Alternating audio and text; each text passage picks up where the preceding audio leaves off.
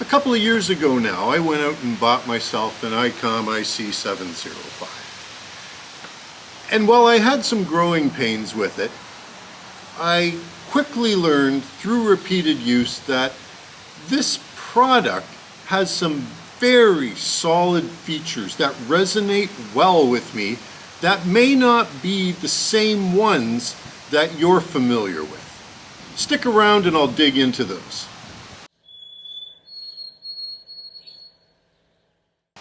Hi, I'm Tracy, VE3TWM. As some of you who follow my channel may know, I put out a video last year talking about the 5 worst features of the 705. Of course, I was accosted from all sides, and I get it, right? And just a heads up, sometimes I like to poke the bear. It's just something that I do from time to time. I kind of see what's going on out there to make sure people are paying attention. I thought I had legitimate beefs, and to a certain extent, I think I still do. But that's not what this video is about. Because every radio has its pluses and its minuses. And I mean every radio. I've been in this hobby for many years, have owned dozens of different models, but I wanted to take some time in this video to talk to you about the top 10 features that I think bring this ICOM 705 to a special place in my heart based upon hands-on experience. What's my use case with this little radio? My use case is portable operation. I'm a single sideband operator. I don't really do digital modes. I certainly don't do CW. And the only time I ever touch the VHF, UHF bands is when I'm at home working away in my home office during my day job when I use this as a scanner. And it works pretty well for that, but that's not in my top 10.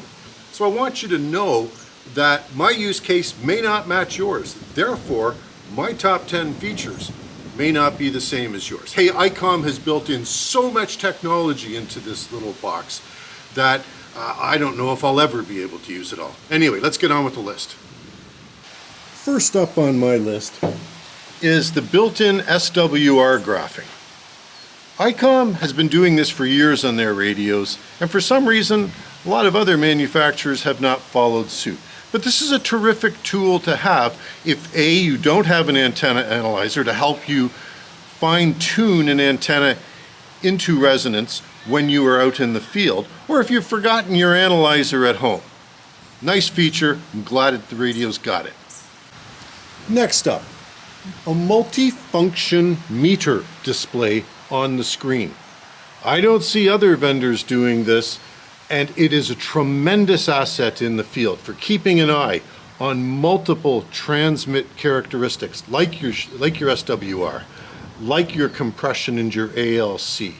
Fantastic. Listen, I'm not a huge waterfall guy. I find I'm using this screen more than the waterfall. The next feature that I really like about the 705, swappable HT style battery packs. These are just so convenient. I don't bother with an external supply when I'm using my IC-705. Love this concept an awful lot. Next one on my list, and by the way, these are in no particular order. The battery life itself. Now, I've got the BP307 pack, which is the higher end, higher capacity pack on it. I think it had something like 3 amp hours. It's amazing to me how many hours that I can run the 705 at.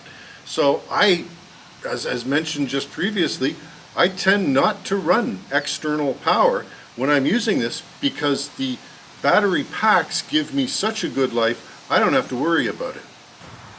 Next up is the overall build quality. This is a beautifully made unit. It is solid as a rock. Now that's not to say that you can mistreat it or treat it roughly, but what it does mean is that there's no quality control concerns that you have about this. Never gets overheated.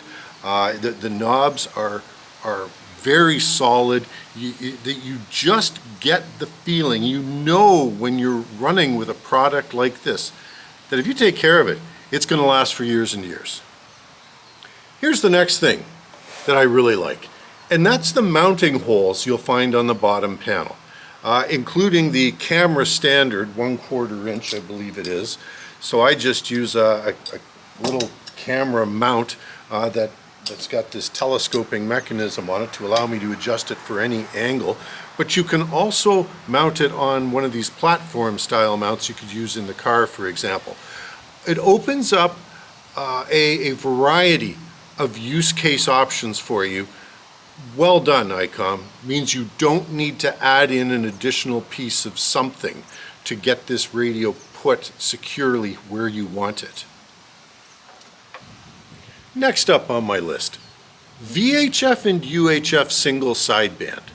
You know, you might think that why do I need to take a VHF, UHF radio to a portable operation? But I think a lot of hams out there that only touch on the FM side of 2 meters and 70 centimeters are missing out on some real fun on the single sideband part of those bands. There's some real great range that you can get with even the small power that the 705 puts out. This opens up that door. I have used this very successfully. I think it's a terrific feature. Next up, the voice memories. But there's a specific part of that voice memory function that I think is an absolute killer. And that is the ability to set it on repeat. So you're on a band, you're calling CQ POTA, calling CQ, you don't want to talk yourself hoarse. You can just put the darn thing on repeat. You don't have to constantly hit a memory button as you do with a Yaesu, for example. ICOM's got this all over the other brands when it comes to voice keyer. Hats off, ICOM. One of the great features, and it shouldn't be a great feature in 2025, is the fact that this radio, which can cover from 160 meters all the way up to 70 centimeters, has 500 memory channels. I can think of numerous examples of radios which offer that kind of frequency range but don't have anywhere near that number of memory channels. I find memory channels useful so that I can have a bunch set up in memory. I can use software like RT Systems to have them all stored in there. I don't necessarily have to scan through them, but they're available pre-programmed for me should I want them. I live in Canada. I'm not a country not typically known for tropical weather in the winter months. But that's okay, because my ICOM 705 is rated to work down to minus 10 degrees Celsius. Beautiful. Now, I'm not getting any younger. Neither are my eyes, as my friend Tom likes to say, VA3WBA. I have no trouble, without reading glasses, in my use case anyway, reading the display. The display is clearly legible. It's a nice display. It's very easy on the eyes. ICOM has done an excellent job with that. The truth is, the more I think about it, the more I like this radio. It's got an awful lot going for it. You know, I haven't mentioned some things that I probably could and should. It's got a relatively easy to use interface, for example. But there you have it, my thoughts on the 705. I mentioned back at the time I bought it that this is probably a lifetime purchase for me. And I'm going to be very frank with you. It wasn't that long ago. We're going back a couple of months when I thought I might sell it to buy a Yaesu FTX1. I'm not thinking that anymore. This is a terrific radio. It's staying in my collection. At some point I may get myself an FTX1, but the 705 isn't going anywhere. I'd like your thoughts and feedback on what I've just presented to you and on your own thoughts on the 705. Hey, it's under a little bit of fire these days. Competitive landscape has changed with the release of the aforementioned FTX1, with the rising popularity of the Chinese invasion in the ham radio HF portable transceiver market. What do you think? Does the 705 still rank as one of the top QRP field radios out there? Please let me know your thoughts. Love to hear them, and I'm looking forward to everything you might have to say about that. Well, that's all for this time. Thanks for watching. Now it's your turn. Get out of the shack, get outdoors, and get on the air. 7-3 from Tracy, VE3 TWM. And by the way, if you like the stuff I do, would you please like, subscribe, and share? It does a lot to help boost my channel. Thank you.